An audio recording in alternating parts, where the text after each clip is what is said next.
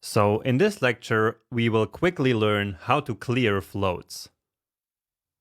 So in the last lecture, we created the problem that this red main header element here collapsed its height, which remember was because all of its child elements are right now floated. Okay? And so in order to fix that, we need to now clear those floats. And the easiest way of doing that, which is not the best way, but it is the easiest one, is to simply add another element here to the header and then clear the floats from there. So let's add a div here with the class of clear, and the name here doesn't really matter. Okay, and this element, let's keep it empty because we do not want any content in here, right? So if we give it a save, then nothing changed for now, which again is because now these two elements are floated and this one here is empty. And so it also doesn't have any effect. If we added some content here, then you see that it improved the situation a little bit. But of course, this is not what we want. So to visualize this, let's actually permanently give the main header some other color.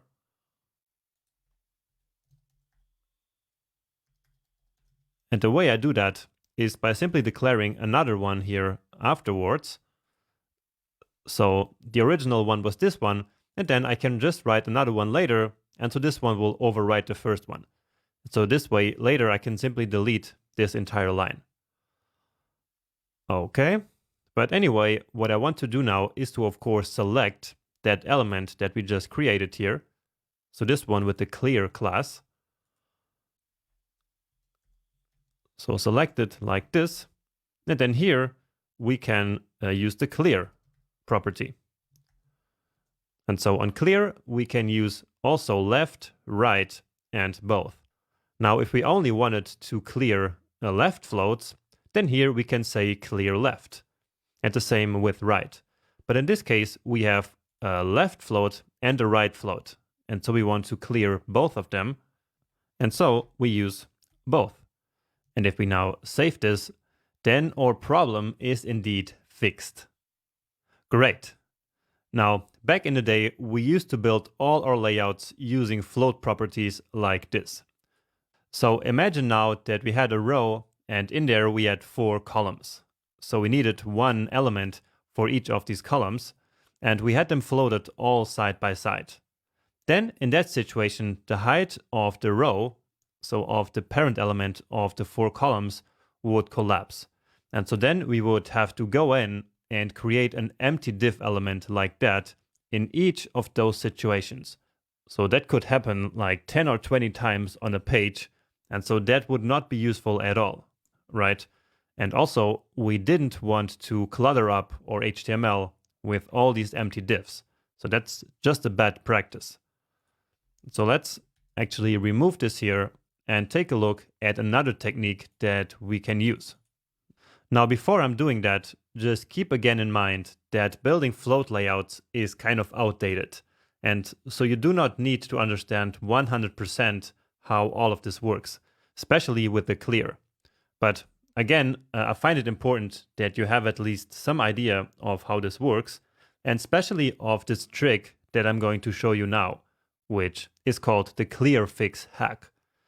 So the clear fix hack is something that has been widely used for many, many years in the CSS community. And the reason for that is exactly to avoid having these kind of empty divs, just like I explained here before. So that's not good, and therefore someone came up with the clear fix hack.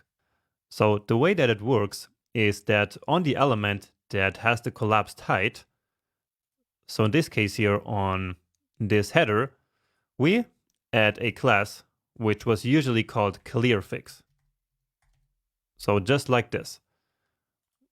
Okay, so we added the clearfix class there, and then here in the CSS, we selected that, and then we used a pseudo element, and in particular, the after pseudo element. And remember that what this one does is to basically create a new element which will be the last child element of the container. And so in a way, doing this is exactly the same as adding this empty div here manually, right? Because again, what this after pseudo element will do is to insert a brand new element at the very end of the container, which in this case is this header element. So this one here, because now we added the clearfix class to that element as well. And so now we can clear the floats on this one. So clear both. But now remember two particularities about the after pseudo element. So first of all, it only appears if we define something for the content property. Remember that? So in content, there needs to be something, even if it's just like empty text. And so this is enough. And then also by default, pseudo elements like after and before are inline elements. However, clearing floats like this only really works on a block level element. And so we set the display property on this element to block. And so with this, the problem should now be fixed as well. And indeed, there you go. So let's check that out quickly. And so here is that pseudo element that we just created. And so now the floats are being cleared here. So if we were to take this off, then you see that the heights are back to being collapsed. Okay, and that's it. So this is how we would clear floats in float layouts. So again, by using this clearfix class, which back in the day was being used all the time, and we called this the clearfix hack. All right, and so now next up, let's use this knowledge to build a very simple float layout in order to make our page look like this. So like the final demo that I have right here. Okay, so we can easily do that with floats. And so let's check it out now.